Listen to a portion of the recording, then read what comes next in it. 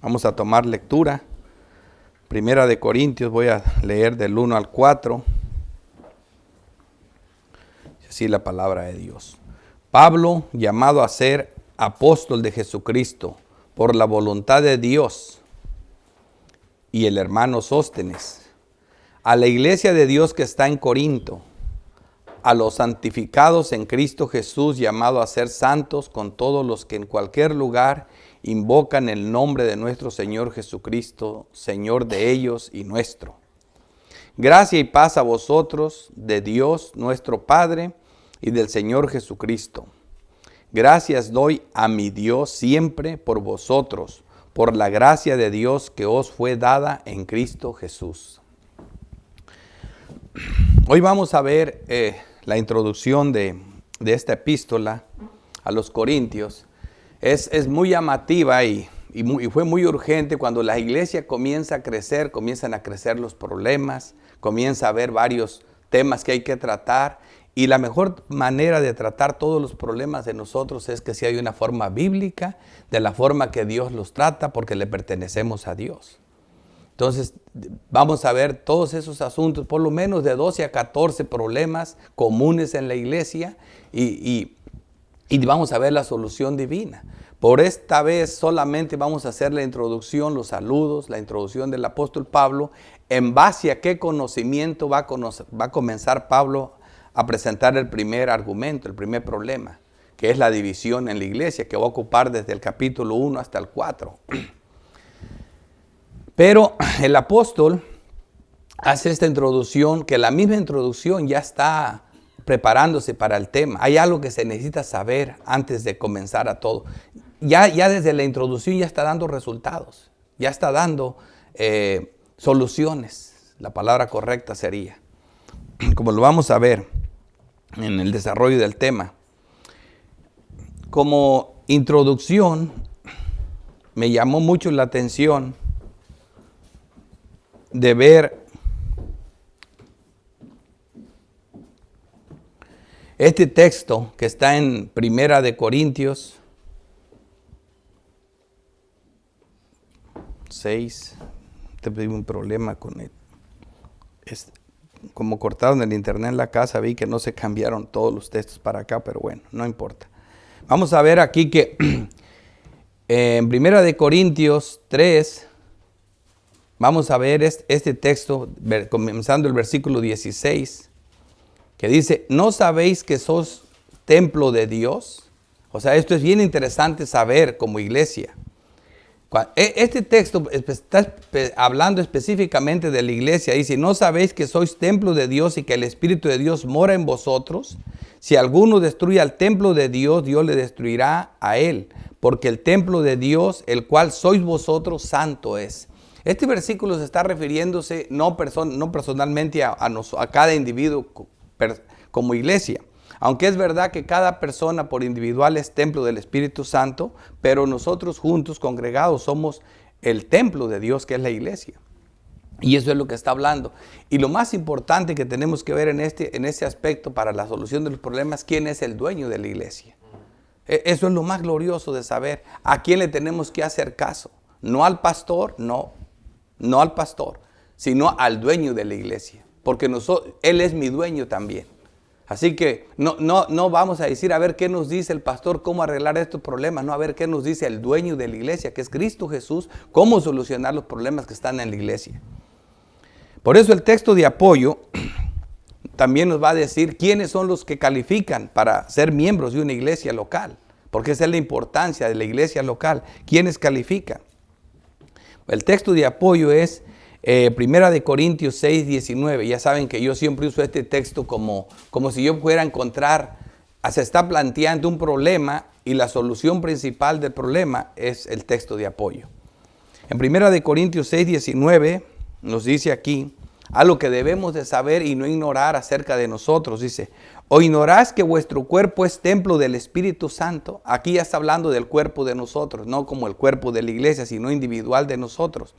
¿O ignoráis que vuestro cuerpo es templo del Espíritu Santo, el cual está en vosotros, el cual tenéis de Dios, y que no sois vuestro? ¿De quién es la iglesia según aquí? De Dios. No somos vuestros. Dice, porque habéis sido comprados por precio. Glorificad pues a Dios en vuestro cuerpo y en vuestro espíritu, los cuales son de Dios. Debemos de tener bien claro que tanto nuestro cuerpo como nuestro espíritu le pertenecen a Dios. Mira, hay que tener mucho cuidado, hermanos, al sumar las verdades bíblicas. Cuando agarramos los textos y sabemos que tenemos que golpear el cuerpo, tenerlo que poner en servidumbre, cuando habla la Biblia de que tenemos que tener una lucha constante con este cuerpo pecaminoso, que este cuerpo se puede describir como un cuerpo que carga las mortajas de la muerte, por lo tanto el pecado sigue apestando a veces en nosotros, también cargamos el muerto. Pablo lo quería tirar, ¿quién me librará de este cuerpo de muerte? Ya quisiera estar con Dios. Sin embargo, ¿me entienden? No olviden esta verdad, que tanto el cuerpo como el espíritu le pertenecen a Dios. Y este mismo cuerpo que tenemos ahora, que nos causa muchos problemas, va a ser un cuerpo glorificado. Y la Biblia nos manda a glorificar a Dios, a ser santos con el cuerpo y con el espíritu. Porque también este cuerpo no va a ser un cuerpo, es un cuerpo de muerte porque tiene ya la sentencia debido al pecado. Sin embargo, este cuerpo va a ser glorificado. En Tesalonicenses el apóstol Pablo nos dice que si Dios viniera mañana, nosotros no vamos a morir, vamos a ser transformados.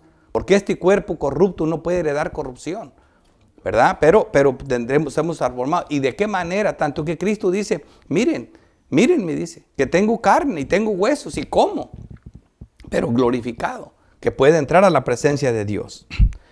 Es bien interesante tener esto en mente. 2 puntos vamos a tratar: las bendiciones de ser parte de una iglesia local, del 1 al 4, y enriquecidos de dones espirituales, del 5 al 9. Así que comencemos. Los beneficios de ser parte de una iglesia local. Primera de Corintios 1. Pablo, llamado a ser apóstol de Jesucristo, por la voluntad de Dios, y el hermano Sóstenes. Fíjense bien clarito, no se confundan. Cuando dice Pablo, llamado a ser apóstol de Jesucristo, por la voluntad de Dios, ahí está la coma, eso se separa. Y luego dice, y el hermano Sóstenes, no la voluntad de Dios y también la voluntad del hermano Sóstenes, no. El hermano Sóstenes está con Pablo cuando Pablo está escribiendo la epístola. Sóstenes se habla de él solamente que en Corintios también lo fue azotado. Él es de Corintios, él era líder de una sinagoga, era un hombre importante, conoce bien a los corintios, no sé si él mismo llevó los problemas que había, no sé, pero Pablo le está diciendo estoy con él, como en otras ocasiones dice estoy con Timoteo, y el hermano Timoteo en 2 ocasiones dice lo mismo. Bueno, lo importante aquí que Pablo dice, Pablo llamado a ser apóstol de Jesucristo. De las 3 epístolas de Pablo, siempre Pablo lo primero que quiere que sepas que él está reclamando su apostolado, la autoridad con la que él tiene para darnos el evangelio. Y por eso, con excepción de Primera y Segunda de Tesalonicenses, Santiago y Felipe, siempre Pablo se refiere como apóstol de Jesucristo. Llama apóstol de Jesucristo, por la voluntad de Dios, por la voluntad de Dios, por la voluntad de Dios. Siempre hace la misma declaración. Y lo primero que vamos a ver es, de Corintio, pues vemos nosotros que es una iglesia que el apóstol Pablo fundó, que está en Grecia, lo que es hoy Europa. Las otras estaban en Asia Menor, lo que sería Turquía. Pero el apóstol Pablo, desde Hechos 16, inspirado por el Espíritu Santo, él viene con Silas a entregar unos acuerdos al pueblo de Dios de lo que habían arreglado en Jerusalén acerca de ciertas cuestiones con las iglesias.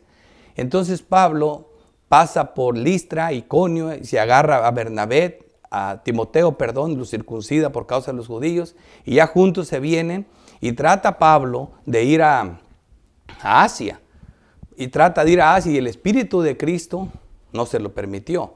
Luego trata de ir a Bitinia, y no se lo permitió. Y hago este cuento para que vean cómo Dios cuando tiene planes, no es lo que dice ni siquiera el apóstol, sino lo que dice Dios, porque la iglesia es de Dios. Y entonces Pablo sigue avanzando, y luego desciende a Troas, donde tiene una visión. Un hombre en Macedonia le decía, ven, ayúdame, Pablo. Y Pablo se levantó sabiendo que era Dios Padre el que lo mandaba a Europa. porque ahora brincó a Grecia, cruzó el mar Egeo, se embarca y va a Grecia, a Filipos, la primera ciudad importante de Macedonia. ¿Y qué clase de bendición? Ahí se formó la iglesia de Filipo, la iglesia de Berea, la iglesia de Tesalónica, la iglesia de Corintios y la de Atenas. Y esta de Corintios está en la península de Europa, que es Grecia. Entonces es tan importante ver, y esto era un lugar, Corintios y Atenas, eran lugares como comparados con hoy como Nueva York, Miami, San Francisco, Los Ángeles, California, lugares, puertos de mar, lugares de mar, turísticos, de negocios y de mucho pecado. El pecado a flor de piel.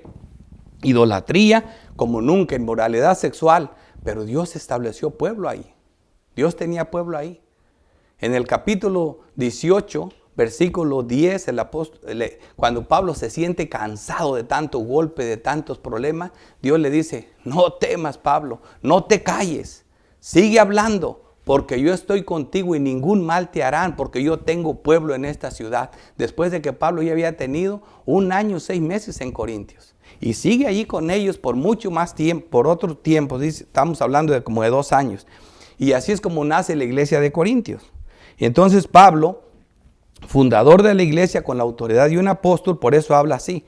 Pablo llamado a ser apóstol de Jesucristo, del dueño de la iglesia, por la voluntad de Dios, en el plan de Dios. Y ya vimos lo que es el hermano Sóstenes, ¿verdad? Ya les expliqué. Así que vamos a ver algo, lo que se llama apóstoles del Cordero, que solo son 12 apóstoles. Es la importancia de esto. Y no pensaba abundar mucho en esto, porque más adelante voy a volver a tocar el tema, pero sí hay algo que, como dicen, se enciende mi espíritu cuando yo veo cómo algunos hermanos, que los amo demasiado, siguiendo la doctrina presbiteriana, me duele el corazón. No me deja de doler cuando oigo los 12 más Pablo. Digo, ¿qué están haciendo? Los 12 más Pablo. Tenemos como 30 versículos doctrinales donde Pablo defiende su apostolado de una manera doctrinal. Y un texto histórico del libro de Hechos. ¿Sí me entiendes? ¿Va a cambiar toda una doctrina para sacarme a Pablo de los 12 y poner a Matías? Cuando la iglesia está cimentada en las doctrinas de los apóstoles. Está bien claro. Y Pablo, por eso en cada una de las epístolas, tenemos 3 epístolas de Pablo. Y ustedes miran, nomás simplemente vean la de Romanos. Tiene todo el evangelio. Y Pablo hace hincapié en su ministerio, que él es apóstol de Jesucristo, no por hombres. En Gálatas 1:1 dice Pablo, apóstol, no de hombres ni por hombres, ni aún tratándose de Pedro, ni siquiera del Espíritu Santo. ¿Por qué? Porque a él dice aquí Dios está en control de todo, pero ¿quién escoge los 12? ¿De quiénes son los apóstoles? Son del Cordero. Pablo, apóstol, no de hombres ni por hombres, sino por Jesucristo y Dios el Padre, que lo resucitó de los muertos. Esta es la voluntad de Dios, que Cristo escogiera a los 12 apóstoles y le pertenecen a Cristo. Y fueron escogidos por Cristo como el fundamento de nuestra doctrina y fe. Hechos 2:42 dice, y perseveraban en la doctrina de los apóstoles. Esta era una característica de la iglesia, ¿verdad? Perseverar en la doctrina de los apóstoles. En 1 Corintios 9:1 dice el apóstol Pablo, que vamos a ver más adelante, por eso le dije que más adelante tocaré el tema más a fondo. Pablo está otra vez hablando de su apostolado. ¿Por qué? Porque estaba siendo denigrado.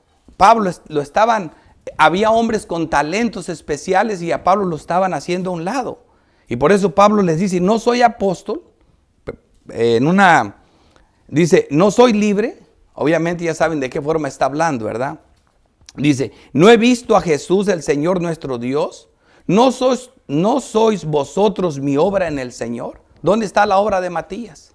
Pablo sí tiene una obra en el Señor. Todas las iglesias que estuvo fundando Pablo, todo el ministerio de Pablo, ¿verdad? Y por eso él dice de Jesucristo. Si para otros no soy apóstol, para vosotros ciertamente lo soy, hablándole a la iglesia de Corintios. Porque el sello de mi apostolado sois vosotros en el Señor. ¿Dónde está el sello del apostolado de Matías? que echaron suertes, las suertes en el Nuevo Testamento, que porque a Pedro se le ocurrió. Pedro es un santo, es un hombre de Dios, su palabra es palabra de Dios, pero Pedro cometió varios errores. Dicen ellos, pero eso no los cometió en el Antiguo Testamento. En el Nuevo Testamento, después de Pentecostés, Pedro estaba judaizando. Y Pablo lo reprendió cara a cara porque era de condenar. ¿Sí me entienden? Después de todo lo que vio con Cornelio. Aún así Pedro lo estaba haciendo. Es que eran hombres de Dios, importantes hombres de Dios. Pero también Pedro en sus 2 epístolas dice que es apóstol de Jesucristo. En las 2 que dice él. Y vemos eso bien importante. Aquí le dice, porque el sello de mi apostolado sois vosotros en el Señor. Contra los que me acusan, esta es mi defensa. Sí es un verdadero sello de un apóstol. En 2 de Corintios 12:11 dice, me he hecho un necio al gloriarme, pero lo obligan, porque lo quieren sacar. Todavía los presbiterianos lo quieren sacar, lo están echando afuera, y los amo, y son mis hermanos en Cristo, pero no voy a callarme de eso, no me voy a callar. Dice, me he hecho un necio al gloriarme, y vosotros me obligaste a ello, pobrecito Pablo, y todavía quieren sacarlo por un texto histórico. Por Dios, ustedes me enseñaron que no se puede hacer doctrina de un solo versículo, ¿verdad? Que para poder establecer doctrina, para yo declarar quién es el apóstol, tengo que tener información de varios libros de la Biblia, de un contexto de toda la Biblia, no de un versículo y menos histórico, por favor. ¿Me entienden? No se puede eso. Dice, me he hecho un necio al gloriarme, vosotros me obligaste a ello, pues yo había ser alabado por vosotros, porque nada he sido menos que aquellos grandes apóstoles. Así le llama a ellos, los grandes. Él se llama el más pequeño, como un abortivo, que no debería de ser apóstol, lejos de estar queriendo pelear por eso. Dice, aunque nada soy. ¿Cómo se mira él? Nada soy. Con todo, las señales de apóstoles han sido hechas entre vosotros en toda paciencia por señales, prodigios y milagros. ¿Dónde están las de Matías? ¿Dónde están? No hay nada. Efesios 2:19. Así que ya no sois extranjeros ni advenedizos, sino conciudadanos de los santos y miembros de la familia de Dios, edificados sobre, subraya en esta palabra, el fundamento de los apóstoles. El fundamento de los apóstoles y profetas, siendo la principal piedra del ángulo Jesucristo mismo. No podemos poner, dice Pablo, otro fundamento que el que ya está puesto, el cual es Cristo. ¿Me entienden? Y eso es lo que estaba haciendo Pablo, predicando a Cristo y solo a Cristo crucificado. Se propuso no sabiduría. En 1 de Timoteo 1:1 dice, Pablo, apóstol de Jesucristo, por mandato de Dios, la orden viene del cielo, por mandato de Dios nuestro Salvador y de Cristo y del Señor Jesucristo nuestra esperanza. Ahí están los dos otra vez. Sigue el apóstol con eso. En Tito 1:1 dice, Pablo, siervo de Dios y apóstol de Jesucristo, conforme a la fe de los escogidos de Dios y el conocimiento de la verdad que es según la piedad. Pablo, siervo de Dios, apóstol de Jesús, conforme a la fe de los escogidos de Dios y el conocimiento de la verdad que es según la piedad. Otra vez, hermoso. Y no estoy trayendo todos los textos. Hay como cerca de 30 textos. Tengo todo un estudio para hablar de esto. Me estoy limitando a los más importantes. En Judas 1:17 dice, pero vosotros, amados, tened memoria de las palabras que antes fueron dichas por los apóstoles de nuestro Señor Jesucristo. ¿De quién son? ¿De Pedro? De Jesucristo. ¿Verdad? Eso dice Judas. Hacen bien en estar atentos a eso. Judas no era un apóstol, era medio hermano de Cristo, ¿verdad? Y él escribió ese libro, lo que es Judas 1. Y él está diciendo que hacen bien en permanecer en ¿qué? En la doctrina de los apóstoles del Cordero, de Cristo. Y Apocalipsis 21, yo no sé cómo pueden leer este texto. Apocalipsis 21:14. Dice, y el muro de la ciudad tenía 12 cimientos. ¿Qué les dije? Subraya en esta palabra, cimiento, fundamento, cimiento. El muro de la ciudad tenía 12 cimientos y sobre ellos los 12 nombres de los 12 apóstoles del Cordero. No los que se le ocurrieron ni al bien intencionado Pedro. Pedro no estoy atacando a Pedro, estoy atacando la mala enseñanza, hermano. Cuando Jesucristo le dijo a Pedro, mira Pedro, es necesario que yo muera. Cuando Pedro le dijo, jamás, a mí primero me matan antes que te toquen a ti, ¿verdad? Estoy dispuesto a morir por ti. ¿Acaso Pedro estaba siendo malintencionado? ¿Y sabes cuál fue la respuesta de mi santo Dios? Apártate de mí, Satanás, porque me eres piedra de tropiezo, porque no piensas las cosas como los hombres, como Dios, sino como los hombres. ¿Te fijas que Pedro siempre, con buena intención, quería rellenar el hueco que faltaba del apóstol? Y se puso a hacer toda una argumentación para hacerlo, pero Lucas solo está narrando un hecho histórico. No es la manera de hacer un apóstol. El apóstol tiene que ser de Cristo, llamado por Cristo. Así que las calificaciones que ellos dan para apóstoles son las que se le ocurrieron a Pedro. Tenía que estar con nosotros desde el principio, entraba y salía, que entonces muchos calificaran para ser apóstoles, pero los apóstoles los escogió Cristo, son de Cristo. Versículo 2. A la iglesia de Dios. Esto se ganó el título. Ese es el título. La iglesia de Dios. Porque esto es importante tener claro a quién le pertenece la iglesia. La iglesia es de Dios. La iglesia de Dios que está en Corinto. A los santificados en Cristo Jesús, llamados a ser santos, con todos los que en cualquier lugar invocan el nombre de nuestro Señor Jesucristo, Señor de ellos y nuestro. Esta parte es una de las más importantes del saludo. Cuando dice a la iglesia de Dios que está en Corinto, conocer quién es el dueño de la iglesia soluciona las divisiones dentro de la iglesia. Eso es cuando ya Pablo va a entrar en argumentación acerca de estas divisiones, vamos a estar en 4 capítulos, vamos a ver que al final Pablo dice, bueno, lo que ayudó más es saber que la iglesia es de Dios. ¿Por qué? Porque la iglesia se divide. Ya ves que aquí la división de quienes según eran. Dice, yo soy de Pablo. Yo soy de Cefas. A mí me gusta más Pedro. No, yo soy de Timoteo, el elocuente Timoteo. Y otro, bueno, yo soy de Cristo. Yo no pertenezco a ninguna iglesia. Como muchos que están en la casa viendo internet dicen, yo soy de Cristo. Pero nomás tú crees que eres de Cristo. Pero la iglesia es de Cristo y hace lo que Cristo dice. Y Cristo se congregaba y se presentaba en medio de su iglesia cada domingo, primer día de la semana. En 1 Corintios 3:9 dice, porque nosotros somos colaboradores de Dios y vosotros sois labranza de Dios, edificio de Dios. ¿De quién es la iglesia? De Cristo, de Dios. Eso es lo que somos nosotros.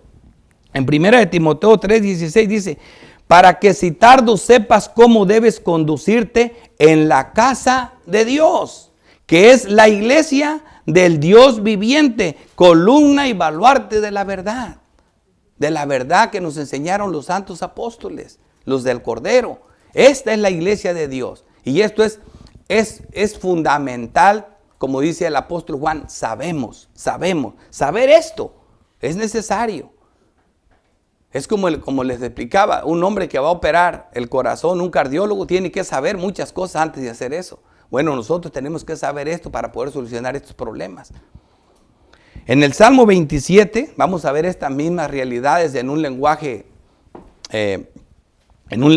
poético que me encanta. Salmo 27:4 dice, una cosa he demandado a Jehová, esta buscaré, que esté yo en la casa de Jehová. La iglesia es de Dios. Todos los días de mi vida, para contemplar la hermosura de Jehová y para inquirir en su templo. Hermoso. El Salmo 23:6 dice, ciertamente el bien y la misericordia me seguirán todos los días de mi vida, y en la casa de Jehová moraré por largos días. Era un bálsamo estar en la casa de Dios. Es lo mejor que le podía pasar a un hombre. Y aquí habla a los santificados en Cristo Jesús. Fíjense cómo lo pone el texto. Dice, a la iglesia de Dios que está en Corinto, a los santificados en Cristo Jesús, llamados a ser santos, con los que en cualquier lugar invocan el nombre del Señor. Ahora fíjate cómo le llama santificados. Y sabes qué es santificado, ¿verdad? Es completamente puro, sin mancha, sin pecado, sin arruga, santo, sin cometer ningún pecado. Así Dios nos mira a nosotros. Ahora, ¿ya estamos santificados? No, ¿verdad? Pero ¿Cuándo lo estaremos? Cuando estemos en la presencia de Dios. Pero fíjate cómo primero pone lo que somos. Por eso son bendiciones pasadas. Nos ve santificados. ¿Qué dice Hebreos? Con una sola ofrenda hizo perfectos para siempre a los santificados. Cristo en su muerte nos dio la seguridad de ser santos y no perderse. Pero luego, ¿cómo dice aquí? Dice a la iglesia de Dios que está en Corinto, a los santificados en Cristo Jesús. ¿Quién nos santifica? Cristo, por medio del Espíritu Santo. Ahora, ya sabemos que la santificación es progresiva. Es una labor desde el día que te haces creyente hasta que venga el Señor. Seremos completamente santificados cuando este cuerpo de muerte ya no esté con nosotros, sino sea glorificado. Sin embargo, dice, llamados a ser santos. ¿Sí se fijan que esto es progresivo? Nos ve como santificados. A estos corintios que están llenos de problemas, porque aquí los vamos a ver con celos, contiendas, peleando, vertiendo inmoralidad sexual, lleno de problemas. Sí, cierto, hay problemas, pero Pablo les está recordando estas verdades. Ustedes son santificados en Cristo y son llamados a ser santos. De lo contrario, no serían creyentes. O sea, la santidad conviene a la casa de Dios. Con todo lo que en cualquier lugar invocan el nombre de nuestro Dios. ¿A qué se está refiriendo? Al mismo tiempo está hablando de la iglesia universal. Conocer el dueño de la iglesia soluciona las divisiones dentro de ella. En 1 Corintios 3:9 dice, porque nosotros somos colaboradores de Dios. Perdón, ya aquí ya lo vi. Me regresé, perdón. Sí, dice, a los santificados en Cristo Jesús, dice, tener un buen conocimiento de las bendiciones pasadas nos será de gran bendición el resto de nuestros de peregrinar. Eso siempre es importante, sabemos, ¿verdad? Saber. Hebreos 10:14 dice, porque con una sola ofrenda hizo perfectos para siempre a los santificados. Ahí está bien claro el texto. Esa es una verdad doctrinal que debemos de saber siempre, que no se nos debe de olvidar. Llamados a ser santos con todos los que en cualquier lugar invocan el nombre de nuestro Señor Jesucristo, Señor de ellos y nuestro. Aquí está hablando de la importancia de la iglesia universal. La importancia de la iglesia local y que debe estar unida con hermanos en todas partes. Ya ves que Pablo al mismo tiempo había sido el que fundó la iglesia en Tesalónica, la iglesia de Berea, la iglesia de Filipo y a la vez la iglesia de Atenas y la iglesia de Corintios y solo en Europa. No contando todas las que estaban en Asia Menor.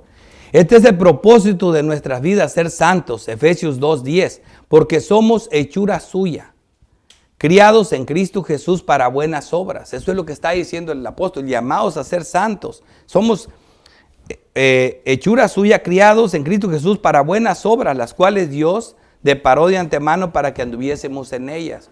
Nosotros nos ve como santificados, pero estamos en el proceso. Llamados a ser santos, no se nos olvide. Versículo 3. Gracia y paz a vosotros de Dios nuestro Padre y del Señor Jesucristo. Este saludo en todas las epístolas de Pablo, y no nada más Pablo, también en la epístola que Juan, la segunda epístola de Juan también dice gracia y paz. En todas partes se habla de todas estas importancias. Dice, gracia y paz a vosotros de Dios nuestro Padre y del Señor Jesucristo. Esto es un saludo muy común en la iglesia. 17 veces el mismo saludo lo vamos a ver. Y solo 3 epístolas son del apóstol Pablo. Vemos también en Pedro, primera y segunda de Pedro y segunda epístola de Juan. Y ahí son las 17 veces. ¿Por qué gracia y paz? Porque no existe mayor bien para el hombre y por consiguiente este es el mejor deseo que debemos dar a los que realmente amamos. Gracia y paz. El mejor sinónimo de gracia es el amor misericordioso de Dios. Ustedes saben que el apóstol Juan no habla de gracia casi, pero está hablando del amor, que es lo mismo. El amor de Dios y la gracia vinieron de una forma incondicional. Nosotros somos salvos por gracia. Y esa gracia no es otra cosa que el amor de Dios. Eso es lo único que cambió las cosas, la misericordia de Dios hacia nosotros. Porque no existe mayor bien para el hombre, como le digo, que estas bendiciones.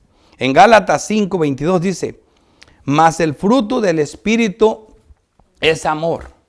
Si esto lo cambias por gracia, todo esto es importantísimo, porque de este amor brotan todas las otras cosas que están aquí, que es un fruto del Espíritu Santo. Y por eso la importancia. Cuando dice, mas el fruto del Espíritu es amor, y esto es fruto del Espíritu Santo. Así que todo viene de Dios, de la misericordia de Dios. ¿Quién nos está regenerando? El que nos ve como santificados, que es Cristo, ¿verdad? El que nos salvó para buenas obras, las cuales Él dispuso para que anduviéramos en ellas. ¿Cuáles son las buenas obras del creyente? Hay una buena noticia para los que confían en Dios. Son las obras del Espíritu Santo en nuestras vidas. Pero la mala noticia para los que buscan gloria es que de ti nada bueno sale. Tu mejor obra es vista como un trapo de inmundicia delante de Dios. Nosotros solo ponemos la carne, y la carne es pecaminosa, ¿verdad? Pero Dios, que mora dentro del creyente por medio del Espíritu Santo, Él hace las obras. Por eso el fruto del Espíritu es amor, es un gozo que solo se experimenta en el Señor, es paz, pero esta paz que solo la tenemos mediante la obra de Cristo. Justificados pues por la fe, tenemos paz para con Dios. Esta paz no la puede tener alguien que no es justificado por la fe. La paciencia, la benignidad y la bondad, la fe, la mansedumbre, la templanza, contra tales cosas no hay ley. Estos son los frutos realmente del Espíritu Santo. En 2 de Juan 1:6 dice, y este es el amor, o esta es la gracia, que andéis según sus mandamientos, porque para eso fuiste salvado, ¿verdad? Y este es el mandamiento, que andéis en amor. Aquí están las mismas cosas, ¿verdad? Aquí ven la importancia de este saludo, gracia y paz. Como vosotros habéis oído desde el principio, siempre es así. Hay que entender que nosotros andamos en esta forma. Este es el amor, que andemos según sus mandamientos. Si estás en su gracia, fuiste salvado para buenas obras. Eres un santificado. No puede haber una cosa sin la otra. Por eso este juego de palabras. Este es el amor, que andemos según sus mandamientos. Este es el mandamiento, que andemos en amor. Porque el mandamiento se resuelve con el amor de Dios. Dios mismo resuelve el problema del pecador, como lo estuvimos viendo en el sermón pasado. Y como lo dice Pablo en Romanos 4:16, por tanto, es por fe para que sea por gracia. Por eso es la importancia de este saludo tan importante que tenían aquí. Gracia y paz. Y no puede haber paz sin gracia. ¿Por qué? Porque la gracia es el amor de Dios. Y gracias al amor de Dios es que tenemos paz. Justificados pues por la fe es que tenemos paz para con Dios. Por eso primero gracia y paz. Sin gracia no hay paz. Y sin paz no hay gracia. Versículo 4. Gracias doy a mi Dios siempre por vosotros, por la gracia de Dios que os fue dada en Cristo Jesús. Dar gracias a Dios los unos por los otros, por la gracia recibida, es como hacer que el manantial de vida gire constantemente entre nosotros.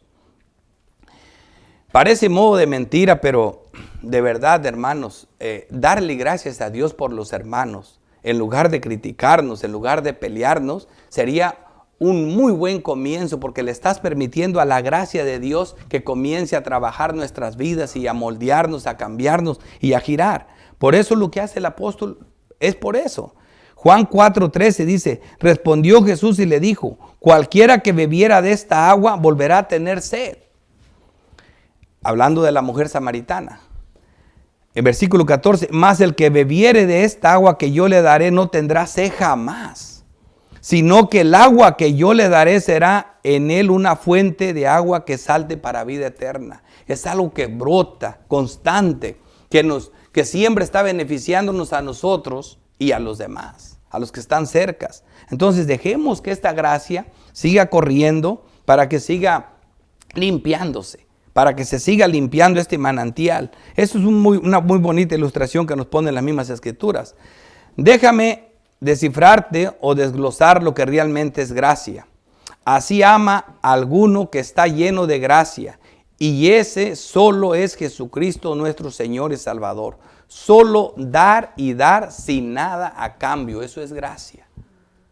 Y la manera del amor de Dios es, la descripción del amor de Dios, no existe un ser humano capaz de reflejarla más que Dios. Y está en 1 Corintios 13, aquí mismo el apóstol Pablo lo va a ver. Dice que el amor es sufrido. ¿Acaso no fue sufrido el amor para Cristo? El amor hacia nosotros le costó sufrimiento. Es benigno, nunca pecó. Al que no cometió pecado, por nosotros lo hizo pecado para que nosotros fuésemos hechos justicia de Dios en él. Es benigno por naturaleza. El amor no tiene envidia. Eso no lo conoció Jesús. Nunca cometió pecado. El amor no es jactancioso, no se jacta. No se envanece. Este tipo de amor solo lo conoce Cristo a la perfección. Y nosotros vemos destellos de ese amor por frutos del Espíritu Santo en nosotros. Digo destellos porque con la carne nosotros oscurecemos las cosas de Dios. Cuando servimos a la carne y no proveemos para el Espíritu, no dejamos que el Espíritu, no vemos los frutos del Espíritu en nuestras vidas cuando alimentamos al monstruo que cargamos dentro. Porque entonces lo que hacemos, contristamos al Espíritu cuando proveemos para la carne. Por eso dice, si somos creyentes, vivamos para el Espíritu y no proveer para los deseos de la carne. Dice, no hace nada indebido. ¿Quién es el único que no ha hecho nada indebido? ¿Ves quién es el amor puro caminando en la tierra? El que nunca hizo nada indebido. No busca lo suyo. Él no vino a buscar lo suyo, sino lo nuestro. ¿Qué clase de amor? A dar su vida por nosotros cuando éramos sus enemigos. No busca lo suyo, no se irrita, calmado, no abrió su boca, enmudeció ante sus trasquiladores, como oveja fue llevado al matadero. Dice, no guarda rencor. Padre, perdónalos porque no saben lo que hacen. Solo Cristo hace estas cosas. Enamórate de Cristo y no creas tratar de decir, voy a ser como el amor de Corintios. Eso no lo puedes hacer tú. Pero con Cristo Jesús, lleno de Cristo, en unión con Cristo, es que podemos experimentar este amor. No guarda rencor, no se goza de la injusticia, mas se goza de la verdad. Él mismo es la verdad. Yo soy el camino, la verdad y la vida. Nadie viene al Padre sino por mí. Todo lo sufre, todo lo cree, todo lo espera y todo lo soporta. Solo Cristo es así. Esta es la gracia en acción. Este es Cristo, este es el amor de Dios. El amor nunca deja de ser, pero las profecías se acabarán y cesarán las lenguas y la ciencia acabará, pero el amor nunca deja de ser. Este es el amor que habla cuando dice gracia y paz. Esta gracia, este amor sí da paz. Y este es el saludo de Pablo. Por eso da gracias todos los días por los hermanos de la iglesia y orar por ellos es el mejor bálsamo para sanar todas las heridas de todo tipo de problemas. Romanos 13:10 dice, el amor no hace mal al prójimo, así que el cumplimiento de la ley es el amor. Es el amor, este amor. Mira qué amor, ¿verdad? ¿Y qué pasa cuando nosotros tenemos conflicto con los hermanos en la iglesia? Casi que somos como este amor de Cristo, ¿verdad? No hace mal al prójimo, no busca lo suyo, no se envanece, ¿verdad? Todo lo soporta, nosotros no soportamos ni una arrugadita de cara, ¿verdad? Ay, ¿viste cómo me vio? ¿Verdad? Ya, enojadísimo. Y él no, fíjate cómo está. No hace nada indebido, no busca lo suyo, no se irrita y nosotros nos irritamos así. No guarda rencor y nosotros, ay, yo para perdonar, si es que lo que me hizo a mí no es cualquier cosa. Pero Cristo no guarda rencor, este amor no guarda rencor. Por eso la oración de Pablo, hay que orar para que esto fluya en nosotros. Porque esto va a sanar las heridas. Es el ejemplo del apóstol Pablo, Efesios 1:16. No ceso de dar gracias por vosotros, haciendo memoria de vosotros en mis oraciones. En ese fundamento tenemos que caminar como iglesia. Por eso le digo, aquí está la solución de todos los problemas. Y paz. Paz es el resultado de su amor o de su gracia. Romanos 5:1 dice, justificados pues por la fe. ¿Quién es el que nos justifica? Cristo con su muerte. Solo creyendo en Cristo tenemos la justificación. Por la fe solo es la mano que agarra lo que Cristo hizo. ¿Verdad? Justificados pues por la fe, ahora sí, tenemos paz para con Dios por medio de nuestro Señor Jesucristo. Cuando Pablo habla gracia y paz, no es cualquier cosa. Es un saludo glorioso. Es un saludo sanador. ¿Y por quién también tenemos entrada por la fe a esta gracia? ¿Qué les dije yo? Primero gracia y luego fe. Sin gracia no hay fe. ¿Quién nos abre la entrada a la fe? La gracia. La gracia. Así que esta fe no es vuestra. Fuimos salvados no por obras, sino por gracia, por medio de la fe. Y esta fe no es vuestra, es un regalo del cielo para que nadie se gloríe. Efesios 2. ¿Ves? Aquí está bien claro. Se entregó por amor y la fe recibe la justificación, la cual trae paz. Romanos 4:25. El cual fue entregado por nuestras transgresiones. Eso es amor. Eso es gracia. Dice, y resucitado para nuestra justificación. ¿Ves que la justificación tiene que ver con Cristo? Él nos justifica. Y Él nos santifica. El ocuparse del Espíritu es paz. Romanos 7:6 dice, porque el ocuparse de la carne es muerte. Problemas, pleitos, enemistades, contiendas. Pero el ocuparse del Espíritu es vida y paz. Y vida y paz. Ahora ve por qué el saludo. Ya Pablo está trabajando con las herramientas necesarias para solucionar los problemas que están en Corintios.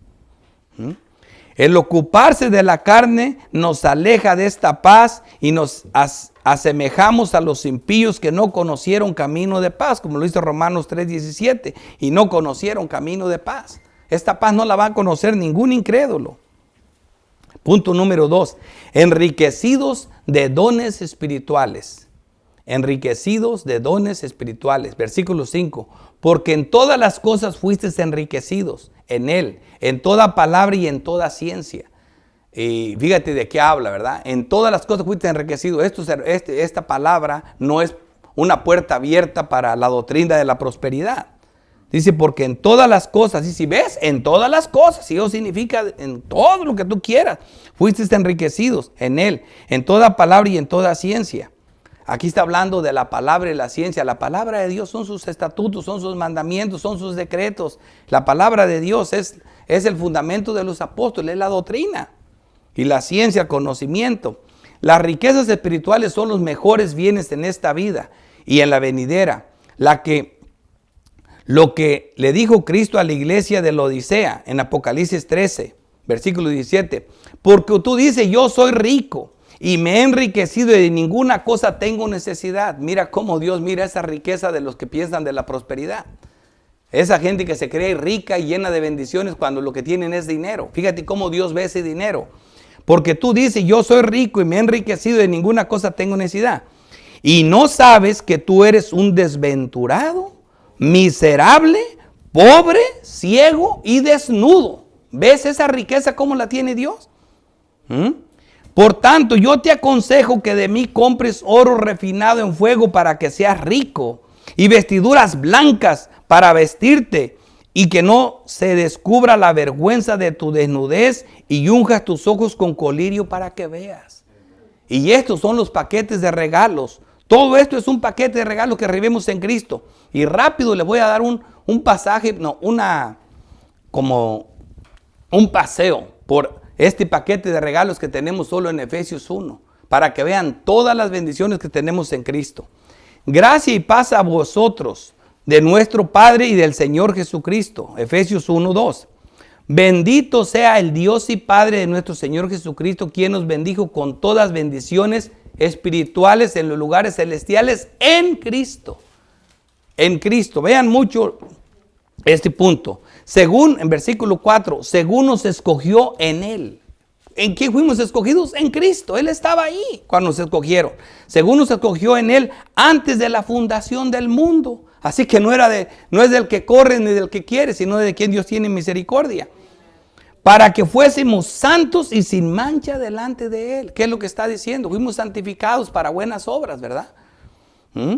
Dice, en amor habiéndonos predestinado para ser adoptados hijos suyos por medio de Jesucristo, según el puro afecto de su voluntad, de pura gracia, por pura misericordia, por puro amor, somos hechos hijos de Dios. Y estos sí son riquezas, riquezas. Hijos de Dios es no morir nunca. Dice el 6, para alabanza de la gloria de su gracia, con la cual nos hizo aceptos en el amado. ¿Cómo fuimos aceptos en el amado? Por su gracia. Versículo 7, ¿en quién? Otra vez Cristo, otro regalo de Cristo. Estas son riquezas. en quien tenemos redención por su sangre. ¿Sabes qué es redención? Limpieza de pecados.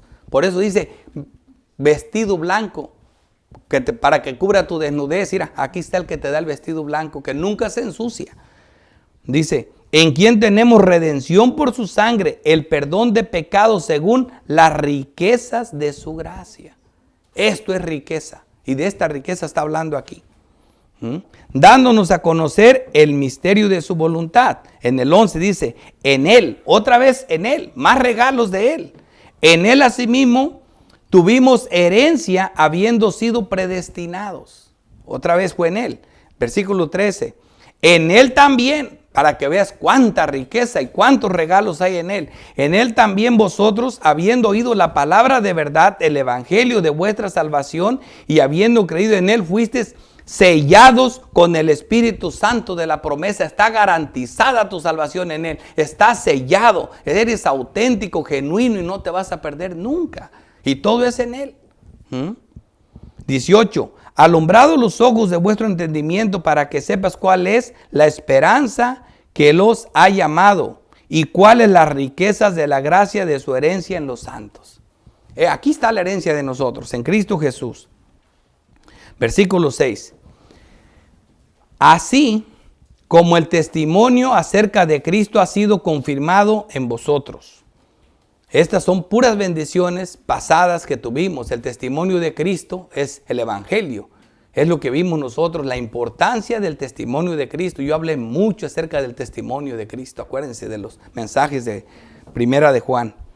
¿Cómo ha sido confirmado? Solamente voy a usar a Primera de Juan 5:9 para recordarles un poco lo que significa el testimonio de Cristo. Si recibimos el testimonio de los hombres, mayor es el testimonio de Dios. Y ya vimos que el testimonio de los hombres que Cristo recibió, lo recibió de Juan, lo recibió de Moisés, lo recibió de los profetas, lo recibió de sus obras, lo recibió de Él mismo, del Padre mismo, o sea, el Espíritu Santo, de los santos. O sea, dice aquí, si recibimos el testimonio de los hombres, mayor es el testimonio de Dios, porque este es el testimonio con que Dios ha testificado acerca de su Hijo. El que cree en el Hijo de Dios tiene el testimonio en sí mismo. De eso está hablando el texto. Así como el testimonio acerca de Cristo ha sido confirmado en vosotros. ¿Ves qué doctrina? El que cree en el Hijo de Dios tiene el testimonio en sí mismo. El que no cree a Dios le ha hecho mentiroso porque no ha creído en el testimonio que Dios ha dado acerca de su Hijo. Eso es terrible. Y este es el testimonio que Dios nos ha dado, vida eterna. Y esta vida está en su Hijo. Y está en su Hijo. Versículo 7. De tal manera que nada os falte ningún don, esperando la manifestación de nuestro Señor Jesucristo. Pablo aquí está reconociendo que estas personas tenían bastantes dones, estaban recibiendo los dones. Muchos de ellos estaban orgullecidos de esos dones, de hablar en lenguas y todo eso, que vamos a ver que después se convirtieron en un problema para ellos. Pero Pablo les dice, de tal manera que nada os falte ningún don, esperando la manifestación de nuestro Señor Jesucristo. Como creyente, nuestro mejor día será cuando Cristo regrese. Y paradójicamente ese es el día del juicio. Y es el día que la iglesia debe decir, sí, ven Señor. ¿Por qué te tardas? En Cristo estamos completos. Es esta que hasta que Él regrese en gloria y gocemos de la plenitud de su amor sin los estorbos del pecado, que es este cuerpo de muerte. En 1 de Pedro 1:13 dice, por tanto ceñid los lomos de vuestro entendimiento, sed sobrios, esperando por completo en la gracia que se os traerá cuando Jesús sea manifestado. Cuando Jesús sea manifestado, ese día sería nuestro mejor día. Segunda de Tesalonicenses 1:7, y a vosotros que sois atribulados, daros reposo con nosotros cuando se manifieste el Señor Jesús desde el cielo con los ángeles de su poder. Ese es nuestro mejor día. El día más terrible para el pecador y el día más grandioso para los santos. Versículo 8. El cual también os confirmará hasta el fin, para que seas irreprensibles en el día de nuestro Señor Jesucristo. El apóstol Pablo quiere que sepamos también. O sea, son bendiciones pasadas para enfrentar los problemas que vienen. Quiere que sepamos que Estamos confirmados en Cristo, el cual también confirmará hasta el fin. Es que en Cristo estamos confirmados para que seamos irreprensibles, porque acuérdate que Él nos santifica en el día de nuestro Señor Jesucristo.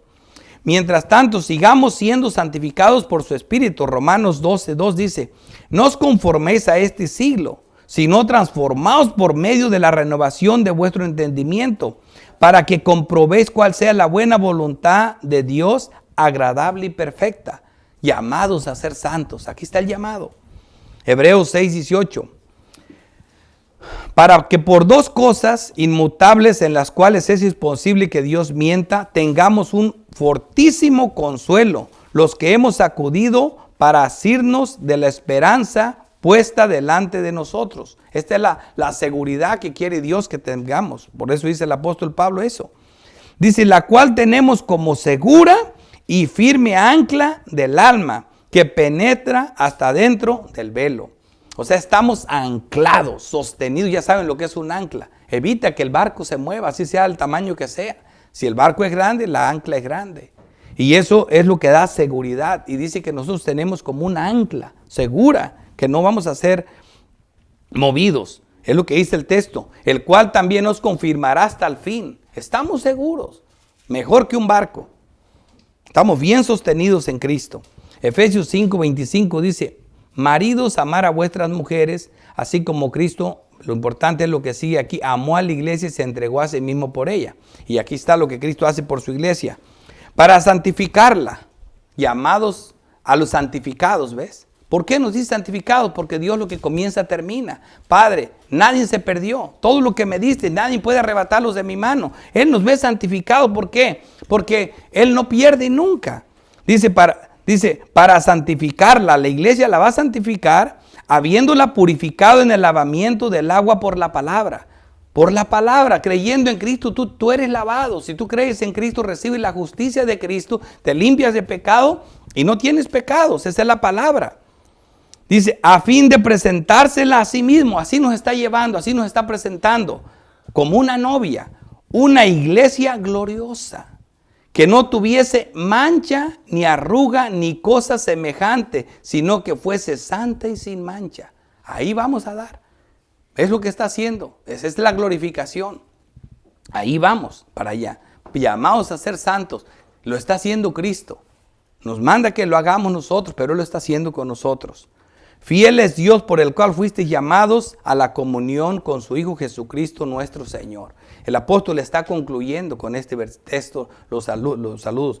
Fiel es Dios. O sea, ¿a qué apela? A la verdad, a la fidelidad de Dios, para que creamos lo que ya tenemos, las bendiciones ya recibidas, para poder enfrentar lo que viene. Fiel es Dios por el cual fuisteis llamados a la comunión con su Hijo Jesucristo nuestro Señor. Deuteronomio 7:9 dice, conoce pues que Jehová tu Dios es Dios, Dios fiel que guarda el pacto y la misericordia a los que le aman y guardan sus mandamientos hasta 1000 generaciones. Siempre se confió en la fidelidad de Dios. El hombre podrá ser infiel, pero nunca nuestro soberano Rey Cristo Jesús. Eso no va a pasar. Romanos 3:3 dice, pues ¿qué? Si alguno de ellos ha sido incrédulo, ¿su incredulidad habrá hecho nula la fidelidad de Dios? En ninguna manera.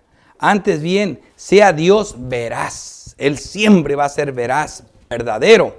Y todo hombre mentiroso, como está escrito, para que seas justificado en tus palabras y venzas cuando fueres juzgado. Fíjate lo que dice. Para que seas justificado en tus palabras y venzas cuando fueres juzgado. ¿Dónde está escrito esto? Es importante, dice, quiero que entiendan bien este texto. Vamos un poco de su contexto. En el Salmo 51, vamos a entrar en contexto para que vean dónde está escrito lo que Pablo está apelando, para que entiendan mejor esta palabra que es bien importante. En el Salmo 51, entrando un poquito en contexto, dice, lávame más y más de mi maldad y límpiame de mi pecado. Porque yo reconozco mi rebelión y mi pecado está siempre delante de mí. Sabe el hombre que no puede hacer nada y le pide a Dios que lo salve. Y aquí viene nuestro texto. Contra ti solo he pecado y he hecho lo malo delante de tus ojos. Dice, para que seas reconocido justo en tu palabra y tenido por puro en tu juicio. Y si te fijas, esta palabra que Pablo está usando tiene diferencias, porque dice, para que seas justificado en tus palabras y venzas cuando fueres juzgado. O sea, como que no tiene mucho sentido en Romanos, ¿verdad? Para que seas justificado en tus palabras. ¿Quién es ese? Cristo. Y venzas cuando fueres juzgado. ¿Cristo va a ser juzgado? Porque de él está hablando. Si tú te fijas, el Salmo 51 dice, está hablando contra ti el pecado. Está hablando, dice, lávame más y más de mi pecado. Y luego le dice, para que seas reconocido justo en tu palabra y tenido por puro en tu juicio. Y acá como lo dice la doctrina, como que nos pone a pensar, porque dice, para que seas justificado en tus palabras. Está hablando de Cristo. Y venzas cuando fueres juzgado. ¿Cristo va a ser juzgado? ¿Ves que es incomprensible esto si no fuera por la doctrina que ya conocemos?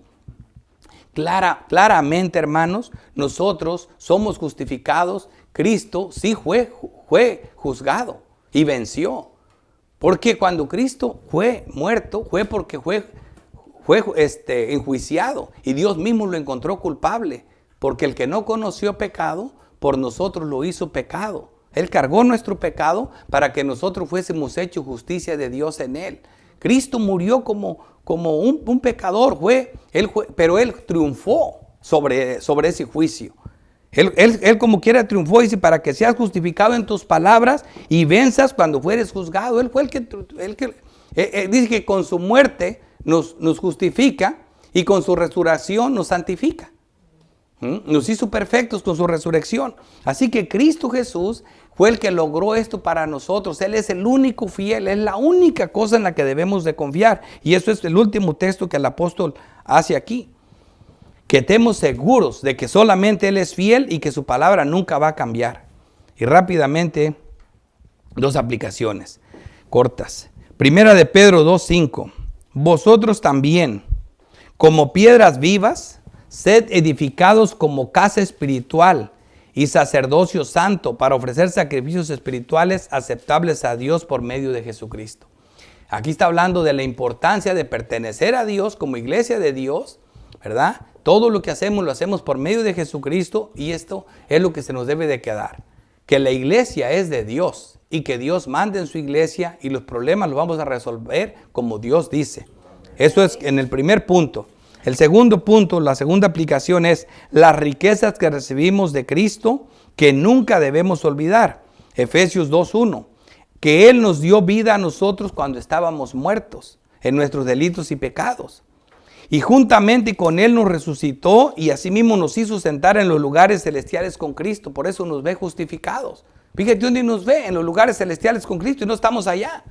Por eso dice a los santificados, llamados a ser santos. Porque Él es nuestra paz, dice el 14 y el 17. Y vino y anunció las buenas nuevas de paz a vosotros que estábamos lejos, a los gentiles. Estas son las cosas que no debemos de olvidar.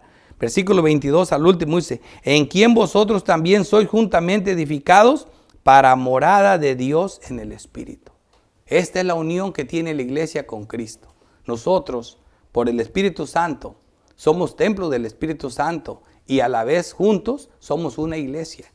Donde da 2 o 3 reunidos, ahí está Cristo en medio nuestro y somos la iglesia de Dios. Y si no tienes parte en esta iglesia o en cualquier iglesia de cualquier parte del mundo, estás fuera.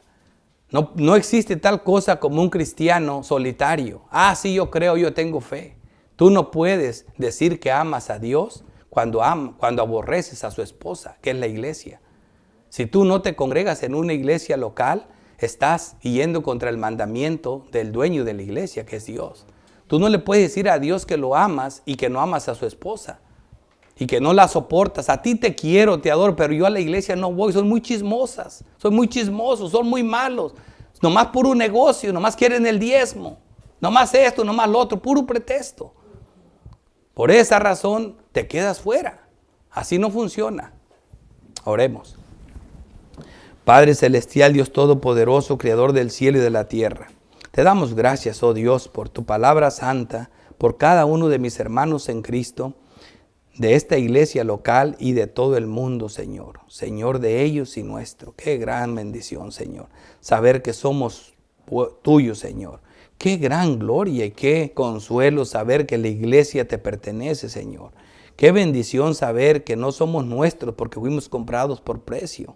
Para que nuestro cuerpo y nuestra alma sea para ti, Señor. Gracias a Dios porque fuimos libertados del pecado y somos hechos esclavos de tu justicia. Gracias a tu amor y a tu misericordia. Por eso no nos llenamos de dar gracias, Señor, todo el tiempo por nuestros hermanos, por tu obra, por tu amor, por esa gracia y paz que pones sobre nosotros. Gracias en Cristo Jesús, Señor nuestro. Amén.